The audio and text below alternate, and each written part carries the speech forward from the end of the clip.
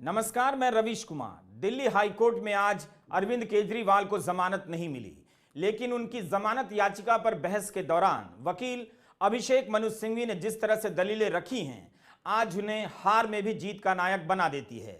उन दलीलों के बीच आप ईडी को मिले असीमित अधिकारों और उसके जरिए किए जाने वाले अतिक्रमण को साफ साफ देख सकते हैं। हम आज के वीडियो में सिंघवी की दलीलों और कोर्ट के जवाब पर विस्तार से बात करेंगे, लेकिन आप इस वीडियो को पूरा देखिएगा। हाईकोर्ट ने ईडी को केजरीवाल की याचिका पर जवाब देने के लिए 2 अप्रैल तक का समय दे दिया है।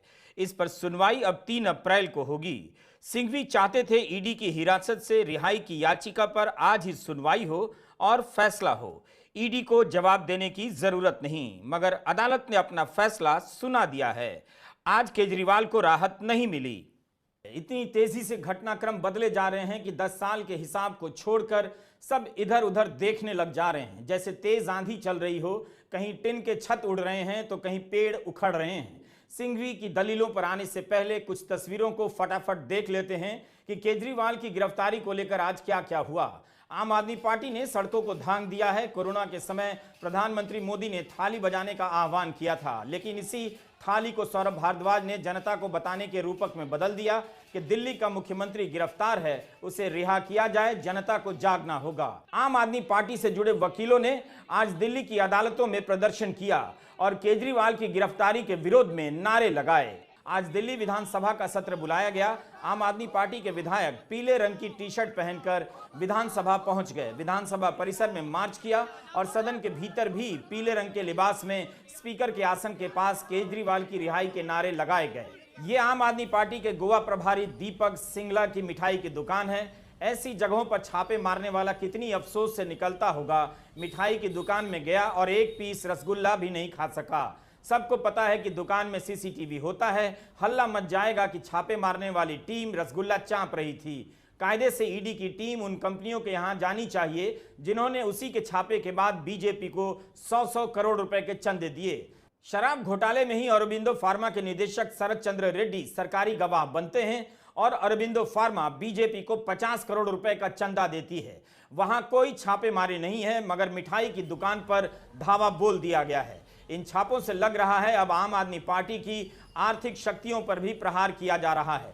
राजनीतिक दलों को ऐसे ही लोगों से चंदा मिलता है। 2 दिन पहले आम आदमी पार्टी के विधायक गुलाब सिंह यादव के घर पर भी छापा पड़ा था और आज आम आदमी पार्टी से उम्मीदवार रहे दीपक सिंगला के घर और दुकान पर ईडी की टीम पहुंच गई। दीपक सिंगला विधानसभा चुनाव हार गए थे। इस समय आम आदमी पार्टी के गोवा के प्रभारी हैं और एमसीडी के सह प्रभारी। इस बीच ईडी ने तृणमूल कांग्रेस की उम्मीदवार और पूर्व सांसद महुआ मोइत्रा को भी हाजिर होने के लिए कहा है।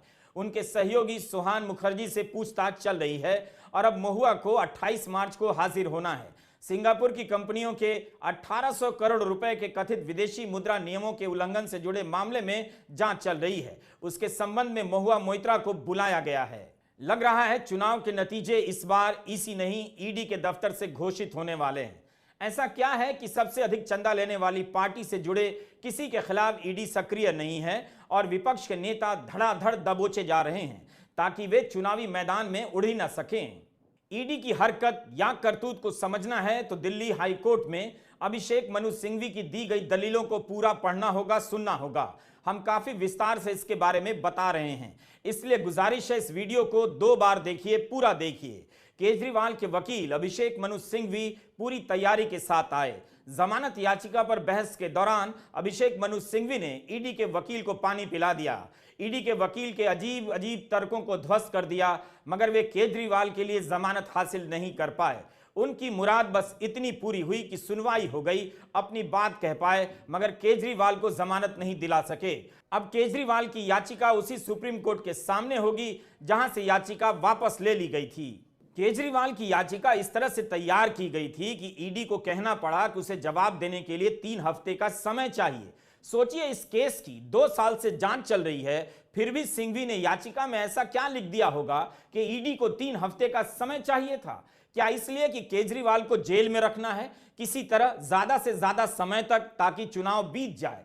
21 मार्च को अरविंद केजरीवाल गिरफ्तार किए गए, 22 मार्च को रिमांड पर भेजा गया, आज 27 मार्च है। आखिर केजरीवाल के वकील अभिषेक मनु सिंघवी ने ऐसा क्या लिख दिया याचिका में कि इस पर जवाब देने के लिए ईडी को 3 हफ्ते का समय चाहिए। दिल्ली हाईकोर्ट में आज केजरीवाल की जमानत याचिका पर बहस हो रही थी। हाईकोर्ट में ईडी के वकील SV राजू ने कहा, हमें याचिका की कॉपी कल ही मिली है।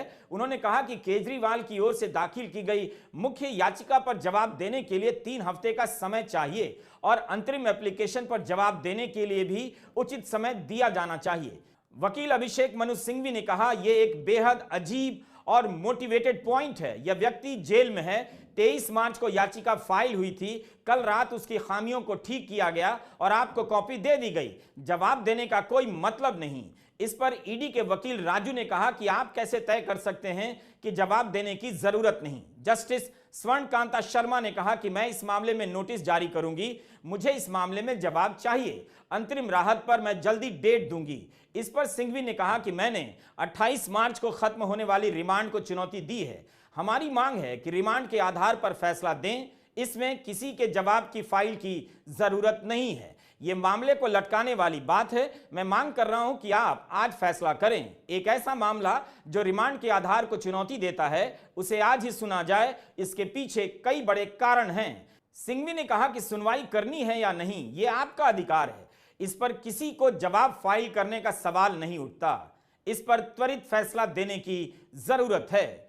अभिषेक मनु सिंघवी आज पूरी तैयारी के साथ अपना पक्ष रख रहे थे। उनकी बात भारी पड़ती लग रही थी। जस्टिस शर्मा ने फैसला सुना दिया कि पूरक सूची पर सुनवाई पूरी कर लेने के बाद आज ही इस पर सुनवाई होगी। आखिरकार सुनवाई हुई और अभिषेक मनु सिंघवी ने कहा कि केजरीवाल की गिरफ्तारी का मामला संविधान के बुनियादी ढांचे पर प्रहार है। हाईकोर्ट में केजरीवाल की लीगल टीम की ओर से कहा गया कि केजरीवाल की गिरफ्तारी और उनकी रिमांड गैर कानूनी है, इसलिए केजरीवाल को फौरन रिहा किया जाना चाहिए। सिंघवी ने कहा कि कोर्ट को ईडी की इस गैर कानूनी और असंवैधानिक कार्रवाई को निरस्त कर देना चाहिए। ईडी ने जिस तरह से केजरीवाल को गिरफ्तार किया है, उसमें बदले की भावना दिखाई देती है। यह कार्रवाई केजरीवाल के राजनीतिक उत्पीड़न और प्रताड़ना के लिए की गई है। अपनी याचिका में सिंघवी ने दलील दी है कि पीएमएलए के सेक्शन 19 के तहत जो अधिकार मिला है, उसका ईडी ने उल्लंघन किया है। ईडी ने केजरीवाल के मौलिक अधिकारों और मानवाधिकारों का बिना रोक टोक उल्लंघन किया है। सिंघवी की याचिका की कानूनी भाषा कमाल की होती है। उसका त्वरित अनुवाद जरा मुश्किल है, लेकिन उन्होंने केजरीवाल की गिरफ्तारी को मौलिक अधिकार और मानवाधिकार के उल्लंघन से जोड़ दिया। हमने इसके बाद देखा कि पीएमएलए के सेक्शन 19 में क्या लिखा है, जिसके नहीं मानने की बात सिंघवी कोर्ट के सामने कर रहे थे। सेक्शन 19.1 में लिखा है कि अगर केंद्र की सरकार की तरफ से निदेशक, उपनिदेशक, सहायक निदेशक या किसी भी अधिकृत अफसर के अधीन कोई सामग्री है और उसके पास मानने का कारण है, तो उन कारणों को अनिवार्य रूप से लिखित रूप में दर्ज करना होगा। और इस एक्ट के तहत अगर अफसर को कोई भी व्यक्ति दोषी नजर आता है, तो वह उसे गिरफ्तार कर सकता है और जितनी जल्दी हो सके उसे बता देगा कि किस आधार पर गिरफ्तारी हुई है। कई कानूनविदों के मुताबिक सेक्शन 19 की भाषा अस्पष्ट है, मगर ईडी के मामले में जितनी भी सुरक्षा आरोपी को हासिल है, किसी आरोपी को इसी धारा से वो मिलती है। सेक्शन 19 को पढ़कर यही लगता है कि गिरफ्तारी का कारण अनिवार्य रूप से लिखित रूप में दर्ज तो होगा, मगर लिखित रूप में आरोपी को नहीं दिया जाएगा। यह सवाल आपको पूछना चाहिए कि जब गिरफ्तारी का कारण दर्ज किया जाना अनिवार्य है, तो उसे आरोपी को क्यों नहीं दिया जाना चाहिए और अनिवार्य क्यों नहीं होना चाहिए? सब कुछ अफसर की मर्जी पर छोड़ दिया गया है। इसलिए कई बड़े बड़े वकील ईडी को खतरनाक मानते हैं, ड्रैकोनियन कहते हैं। ड्रैकोनियन शब्द प्राचीन ग्रीस में एथेंस शहर के एक कानून निर्माता के नाम से आता है। ड्रैको छोटे छोटे अपराध के लिए बड़ी सजा देने के लिए जाना जाता था। मौत की सजा देने में ड्रैको खास तौर पर आगे रहता था। कहते हैं पत्ता गोभी चुराने पर भी मौत की सजा मुकर्रर कर दी गई थी। वैसे ड्रैको शब्द का मतलब ड्रैगन होता है। मुझे तो ड्रैको सुनते ही ड्रैकुला की याद आ जाती है। ईडी का भय अब भूत बन चुका है। इसके डर से लोग थर थर कांप रहे हैं। कांग्रेस के खासकर तुरंत भागकर बीजेपी में चले जाते हैं। ऐसा लगता है कि उनके पीछे ईडी नहीं ड्रैकुला आ गया है। जब ड्रैकोनियन बता दिया तो थोड़ा ड्रैकुला का भी बता देते हैं। ड्रैकुला दीवारों पर रेंगने वाला एक पिशाच है और जिसे भी काटता है वो भी ड्रैकुला बन जाता है। आप भी खून के प्यासे वैम्पायर बन जाते हैं और ड्रैकुला की हर गतिविधि को सही बताने लग जाते हैं। जैसे व्हाट्सएप अंकिल एक तरह के ड्रैकुला है, ये जिसे भी काटते हैं वो इन्हीं के जैसा हो जाता है। समय आ गया है कि व्हाट्सएप के ड्रैकुला से आप तुरंत सावधान हो जाएं। इस दौर में यही सब याद आता है, यही सब रूपक नजर आते हैं। आज कोर्ट में बहस लंबी चली और मामला जटिल भी है, इसलिए ड्रैगन और ड्रैकुला के सहारे हमने छोटा सा एक ब्रेक ले लिया। लेकिन अब आपका ध्यान फिर से चाहता हूं और गुजारिश है कि इस वीडियो को पूरा देखिएगा। हिंदी के अखबार वैसे ही इस पूरे मामले पर गोबर लीप देते हैं, कुछ पता ही नहीं चलेगा कि क्या कहा गया और क्या नहीं कहा गया। आप अभिशप्त हैं हिंदी के दर्शक होकर भी हिंदी के रद्दी अखबारों को खरीदने और पढ़ने के लिए। तो हम सेक्शन 19 की बात कर रहे थे। आप ही सोचिए, ईडी के अफसर के पास अगर यह मानने का पर्याप्त कारण है कि अमुक व्यक्ति अपराध में शामिल है तो वह गिरफ्तार किया जा सकता है।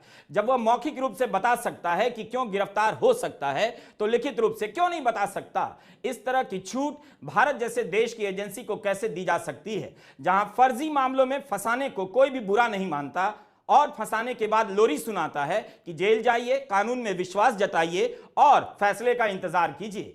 फर्जी मामले में फंसाने वाले अफसरों को कोई सजा भी होती है। जो भी है, भले ही नाम मात्र ही समझिए, लेकिन ईडी को जितनी शक्तियां मिली हुई हैं उनमें आरोपी के पास जो भी बचाव है वो इसी सेक्शन 19 से मिलता है। गिरफ्तारी के कारणों को दर्ज करना होता है। अदालत उसकी मांग कर सकती है कि किस आधार पर केजरीवाल को गिरफ्तार किया गया है, मगर आरोपी को नहीं दिया जाएगा। पुलिस किसी को एफआईआर के बिना गिरफ्तार नहीं करेगी। पुलिस के सामने कोई बयान देता है, अदालत उसे सबूत नहीं मानेगी, लेकिन ईडी के सामने किसी का दिया हुआ बयान गिरफ्तारी का आधार बन जाता है और इसे ट्रायल के समय सबूत मान लिया जाता है, क्योंकि समझा जाता है कि ईडी तो पुलिस नहीं है, मगर जिसका इस तरह से इस्तेमाल हो रहा है या अतिक्रमण दिखाई देता है, जैसे आरोप लगते हैं, उससे यही लगता है कि ईडी का भय पुलिस के भय से भी कई गुना ज्यादा हो गया है। अभिषेक मनु सिंघवी ने कहा कि सेक्शन 19 के तहत गिरफ्तारी केवल शक के आधार पर नहीं की जाती है। गिरफ्तारी का कारण बहुत पुख्ता होने चाहिए, क्योंकि जमानत मुश्किल से मिलती है। गिरफ्तारी तभी हो सकती है जब ईडी के पास ऐसे साक्ष्य हों जिन्हें देखकर यही लगे कि जिसकी गिरफ्तारी हो रही है वो आरोपी है और उसमें दम है। जैसा कि आप जानते हैं, पीएमएलए के तहत ईसीआईआर यानी एफआईआर की कॉपी या कंप्लेंट की कॉपी देना अनिवार्य नहीं है। बहुत से कानूनी विशेषज्ञों ने इसे लेकर आलोचना की है। इसे सुप्रीम कोर्ट में चुनौती दी गई है और इस पर अदालत के फैसले का इंतजार हो रहा है। इस समय जो कानून है उसके अनुसार ईडी को गिरफ्तारी के वक्त एफआईआर की तरह ईसीआईआर डिटेल के रूप में देने की कोई जरूरत नहीं, सिर्फ गिरफ्तारी का आधार बताया जा सकता है। केजरीवाल की गिरफ्तारी को गैर कानूनी साबित करने के लिए सिंघवी दलील देते हैं कि मौजूदा मामला पीएमएलए के सेक्शन 3 के तहत दर्ज है, लेकिन इस केस में ऐसा कोई भी साक्ष्य नहीं जो दिखा सके कि कानून में दर्ज किसी भी गतिविधि में याचिकाकर्ता यानी अरविंद केजरीवाल शामिल थे। सेक्शन 3 के तहत ईडी को दिखाना होगा कि याचिकाकर्ता यानी केजरीवाल का संबंध प्रोसीड्स ऑफ क्राइम से जुड़ा है, यानी उसे किसी तरह से पैसा मिला है